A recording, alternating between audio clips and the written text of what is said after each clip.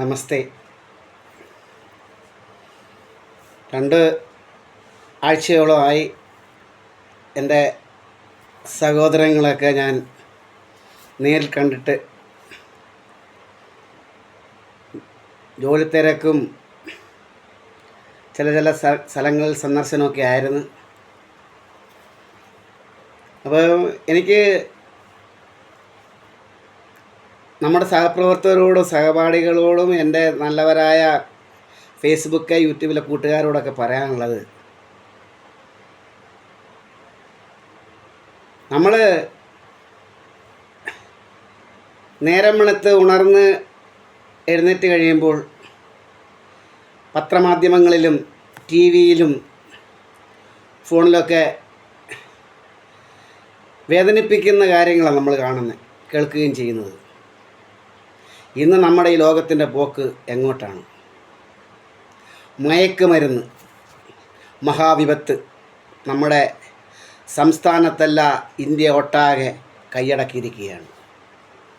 ബലിയാടാകുന്നത് 10-18 വയസ്സുള്ള ചെറുപ്പക്കാരാണ്. അത് ആൺകുട്ടികൾ പെൺകുട്ടികൾ എന്ന ഭേദമന്യേ എല്ലാവരും ഇതിന് അടിമകളാവുകയാണ്.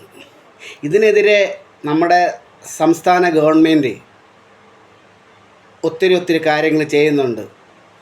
ഓടുന്നത്ര അവരൊത്തിരി ഓടുന്നുമുണ്ട്, കുറേയൊക്കെ പിടിക്കുന്നുണ്ട്, കുറേ പിടിക്കാതെ പോകുന്നുണ്ട്. നമ്മുടെ ഇന്ത്യൻ പൗരൻ എന്നുള്ള ലെവലിൽ നമ്മൾ പറയുകയാണ്, എല്ലാവരും ഇതിനെതിരെ ശക്തമായി മുന്നോട്ടിറങ്ങുകയാണെങ്കിൽ കുറേയൊക്കെ നമ്മുടെ ഈ മയക്കുമരുന്നിൽ നിന്നും നമ്മുടെ കുഞ്ഞനുജന്മാരെയും അനിത്യമാരെയൊക്കെ രക്ഷപ്പെടുത്താം. ബോധപൂർവമല്ല അവരിതൊക്കെ ചെയ്യുന്നത്. ഒരു പ്രാവശ്യം ടെസ്റ്റ് ചെയ്ത് കഴിയുമ്പോൾ പിന്നെ അടുത്ത പ്രാവശ്യത്തേക്ക് കിട്ടാൻ വേണ്ടിയിട്ട് അവർ അലയുകയാണ്. അതിനെന്ത് ജോലികൾ അവർ ചെയ്യും. ഞാനൊന്ന് പറയട്ടെ, നമ്മുടെ മേജർ രവി സാറ് ഫോണിൽ കൂടെ 1-2 കാര്യങ്ങൾ പറഞ്ഞ് ഞാനത് കുറച്ച് പേർക്ക് ഇട്ട് തന്നിട്ടുണ്ട്, ബാക്കിയുള്ളവർക്കൊക്കെ ഇടാം. ഒരു വീട്ടിൽ ഒരു അച്ഛനും അമ്മയും ഒരു മകനും ഒരു മകളും ഉണ്ടായിരുന്നു. കൂലിപ്പണിക്കാരാണ് അവർ. കഷ്ടപ്പെട്ട് അവർ വളർത്തി വലുതാക്കി പാടങ്ങളിൽ പോയി കിട്ടുന്ന പണിയൊക്കെ ചെയ്ത് മക്കളെ പഠിപ്പിച്ചു. മകള് നല്ല നിലയിലെത്തി. മകൻ ഇന്നും ഡി അഡിക്ഷൻ സെൻറ്ററിലാണ്. എന്താ കാര്യം? കോളേജിൽ പോയി പഠിക്കാൻ പോയി. പഠിത്തത്തിലൊന്നും വലിയ ശ്രദ്ധയൊന്നും ഇല്ലായിരുന്നു. കൂട്ടുകെട്ടിൻ്റെ പേരിൽ അവൻ ലഹരിക്കടിമയായിപ്പോയി. ആ ജീവിതം നമ്മുടെ കുഞ്ഞുങ്ങൾക്കും നമ്മുടെ അനുജന്മാർക്കും അനിയത്തിമാർക്കും ഉണ്ടാകാതിരിക്കാൻ വേണ്ടിയിട്ട് നമ്മൾ ഫേസ്ബുക്കിലോ വാട്സപ്പിലോ യൂട്യൂബിലോ ഒക്കെ നമ്മളാൽ ചെയ്യുന്ന സഹായങ്ങൾ ചെയ്തു കൊടുക്കണം. സാമ്പത്തികമായിട്ട് ചെയ്യുന്നല്ല പറഞ്ഞത്. എവിടെയെങ്കിലും മദ്യത്തിനും മയക്കുമരുന്ന് അടിമയായി നിൽക്കുന്ന കുട്ടികളുണ്ടെങ്കിൽ അവരെ കണ്ടെത്തി അവർക്ക് ഉപദേശങ്ങൾ നമ്മൾ കൊടുക്കുക. കുറേയൊക്കെ ഒരു പരിധി വരെയൊക്കെ നിയന്ത്രിക്കാൻ സാധിക്കും. നമ്മൾ പേപ്പറിൽ വായിച്ചു, 50 ചാക്ക് കഞ്ചാവുമായി ലഹരി മരുന്നുമായി പിടുത്തം കൂടിയെന്ന്. ഇതൊക്കെ എങ്ങോട്ടാണ് നമ്മുടെ നാടിൻ്റെ പോക്ക്? ഒന്ന് ചിന്തിക്കുക. മനുഷ്യരക്തം കട്ടപിടിച്ചുറഞ്ഞ ഈ ഭാരതഭൂമിയിൽ എത്രയോ ഉണ്ണികൾ നഷ്ടപ്പെട്ട അമ്മമാരുടെ ഇടനെഞ്ച് പൊട്ടിയുള്ള തേങ്ങലുകൾക്കിടയിൽ, വിധവകളുടെ വിലാപ ഗാനങ്ങളിൽ, കപട രാഷ്ട്രീയക്കാരുടെ അനുശോചന സമ്മേളനങ്ങളുടെ അർത്ഥശൂന്യതയിൽ,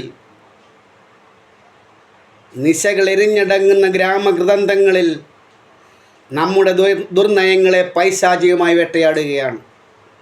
ഇവിടെ നമുക്ക് ഒരു കാണാക്കിളിയായി നോക്കി നിൽക്കാനേ സാധിക്കുകയുള്ളൂ.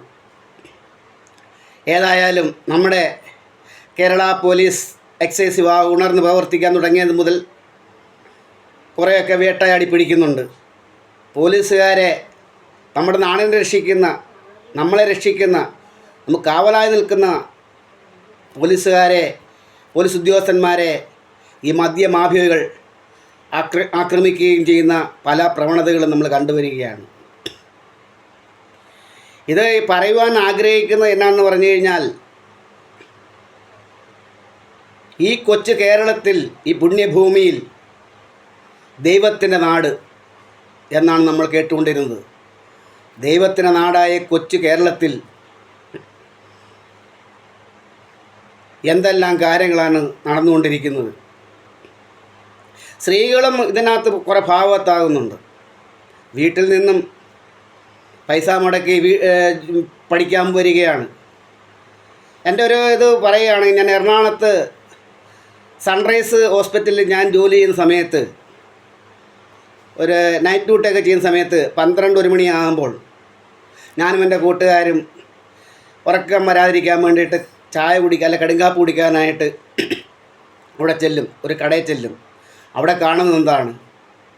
ആൺപെൺ വ്യത്യാസമില്ല, സിഗരറ്റും വലിച്ച് കഞ്ചാവും വലിച്ച് തോളോട് തോള് ചേർന്ന് ഇരിക്കുന്ന ഭാഗങ്ങളൊക്കെയാണ് കാണുന്നത്. അപ്പോഴൊക്കെ മനസ്സിനകത്തും ഒത്തിരി വേദനകൾ ഉണ്ടായിട്ടുണ്ട്. പരസ്പരം അടിവെക്കുന്നു, പരസ്പരം കത്തിക്കുത്ത് ഉണ്ടാകുന്നു. ഏതായാലും ഇതിനെല്ലാം ഒരു അറുതി. ദൈവത്തെ ഓർത്ത്, എൻ്റെ മക്കളെ, നിങ്ങൾ ദൈവത്തെ ഓർത്ത് ഇതിനടിമകളാകരുത്. നിങ്ങൾക്ക് ഒരു ദോഷം വരാനല്ല ഈ പറയുന്നത്. എത്രയോ പാവപ്പെട്ട വീടുകളാണ് ഇന്ന് നശിച്ചുകൊണ്ടിരിക്കുന്നത്. അച്ഛൻ മകനെ തല്ലുന്നു, മകൻ അച്ഛനെ തല്ലുന്നു, മക്കൾ അമ്മയെ അച്ഛനെ വെട്ടുകത്തി കൊണ്ട് അരിവായ കൊണ്ട് വെട്ടുന്നു, കൊല്ലുന്നു, ജയിലിൽ നിന്ന് വരുന്നു, പിന്നെ അവൻ വൈരാഗ്യബോധത്തോട് ചെയ്യുന്നു. ഇതിനെല്ലാം മദ്യവും മയക്കുമരുന്നുമാണ് ഇതിൻ്റെ എല്ലാം കാരണങ്ങൾ. ഒരു രാഷ്ട്രീയ പാർട്ടിയും പ്രതിനിധീകരിച്ചല്ല ഇത് ഞാനിത് പറയുന്നത്. എൻ്റെ വ്യക്തിപരമായ അഭിപ്രായങ്ങളാണ് ഞാൻ പറയുന്നത്. നിങ്ങളെല്ലാവരും ഇത് ഉൾക്കൊണ്ട് മുന്നോട്ട് പോകണമെന്ന് മാത്രം ജഗദീശനോട് ഞാൻ കേണപേക്ഷിക്കുകയാണ്, പ്രാർത്ഥിക്കുകയാണ്. നിങ്ങൾക്കെല്ലാം ഒരു നല്ല ബുദ്ധി ദൈവം തന്ന് മക്കളെ വളർത്തി വലുതാക്കണമെന്ന ചിന്താഗതിയിൽ അച്ഛനമ്മമാർ കഷ്ടപ്പെടുമ്പോൾ മക്കളുടെ ജീവിതം എങ്ങനെയാണ് താന്തോന്നികളായിട്ട് വളരുക? അടിയുണ്ട്. ഒരു ഉത്സവപ്പറമ്പിൽ ചെല്ലുക, ഒരു ഗാനമേള നടക്കുന്നു, പാടുപെട്ടൊരു ഗാനമേള ഉണ്ടാക്കി അവർ നാട്ടുകാർ കാശൊക്കെ ഒപ്പിച്ചൊരു ഗാനമേളയൊക്കെ നടത്തുന്നു. അത് മനോസുഖത്തിന് വേണ്ടി പോയി കേൾക്കുകയല്ല. അവിടെ കൂട്ടം കൂടി നിന്ന് മുൻ വൈരാഗ്യത്തോടു കൂടി അടിയും പിടിയും കേസ് കെട്ടും വഴക്കും ഒക്കെയായി നടക്കുന്നു. പണ്ടൊക്കെ 18-20 വയസ്സ് കഴിഞ്ഞാലൊക്കെ ആ ഒരു കല്യാണം കഴിക്കുന്നത്. ഇന്ന് അതല്ല. ഇന്ന് ഒരു 10-16 വയസ്സാകുമ്പോൾ എവിടുന്നെങ്കിലും ഒരു പെണ്ണിനെ കണ്ടുപിടിച്ച് അവളുമായിട്ട് കറങ്ങി ഇച്ചിരി മദ്യമൊക്കെ അടിച്ച് തിരിച്ച് വീട്ടിൽ കൊണ്ടുവരും. വീട്ടുകാർ സമ്മതിക്കുകയോ ഇല്ല. പിന്നെ എവിടെയെങ്കിലുമൊക്കെ പോയി ആത്മഹത്യ ചെയ്യുക, അല്ല കുറച്ച് ജീവിക്കുക. ഒരു പ്രസവിച്ചെല്ലാം കഴിയുമ്പോൾ പിന്നെ അവളവിടെ പാട്, ഇവൻ്റെ പാട്. അവൻ കഞ്ചാവിനും മദ്യത്തിനും അടിമയായിരിക്കുകയാണ്. ആരെതിർത്തെന്ന് പറഞ്ഞാലും, ആരെന്തെല്ലാം എങ്ങനെയെല്ലാം നോക്കിയെന്ന് പറഞ്ഞാലും, മദ്യത്തിനും മയക്കുമരുന്നിനും അടിമകളാകുന്ന ഒരൊറ്റ ജീവിതങ്ങൾ ലക്ഷ്യപ്രാപ്തിയിലേക്ക് ഇതുവരെ വന്നിട്ടില്ല എന്ന് ഒത്തിരി ഉദാഹരണങ്ങൾ മൂലം പറയാം. അല്പനേരത്തെ സുഖത്തിന് വേണ്ടിയിട്ട് എന്തെല്ലാം കാര്യങ്ങൾ നമ്മൾ നടത്തുന്നു. അതുകൊണ്ട് ഈ ലഹരി ഉപയോഗം നിങ്ങൾ വളരെ കുറച്ച്, അല്ലെങ്കിൽ നിങ്ങൾ പൂർണ്ണമായിട്ടും കുറയ്ക്കുക. 1 കുപ്പി 2 കുപ്പി കള്ളടിക്കുന്നുണ്ടെങ്കിൽ ആ കള്ളിൻ്റെ ഇത് വേറെയാണ്. പക്ഷേ കഞ്ചാവ് അതല്ല. തെങ്ങിൽ നിന്ന് ഉൽപ്പാദിപ്പിക്കുന്ന കള്ള് അത് അല്പമൊക്കെ ക്ഷീണം വരുമ്പം, കുട്ടനാടിനെ സംബന്ധിച്ചൊക്കെ പറയുകയാണെങ്കിൽ, ക്ഷീണം വരുമ്പോൾ പോയി 1 കുപ്പി കള്ള് കുടിച്ച് സുഖമായിട്ട് വീട്ടിൽ വന്ന് ഉളിയും കഴിഞ്ഞ് ആഹാരം കഴിച്ച് കയറി കിടന്ന് ഉറങ്ങുന്നു. ഇന്ന് അതല്ല. ഇന്ന് ഏതെല്ലാം രീതിയിലുള്ള എന്നാ മുട്ടായി രൂപത്തിലൊക്കെ ഇന്ന് ഒത്തിരി കാര്യങ്ങൾ ഇറങ്ങിയിട്ടുണ്ട്.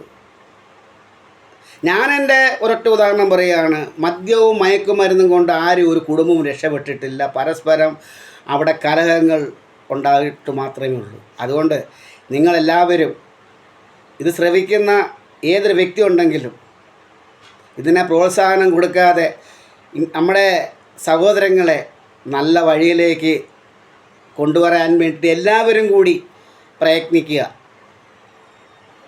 ഇത്രയും പറഞ്ഞുകൊണ്ട് ഞാൻ ഈ എളിയ വീഡിയോ നിർത്തുകയാണ്. നന്ദി, നമസ്കാരം.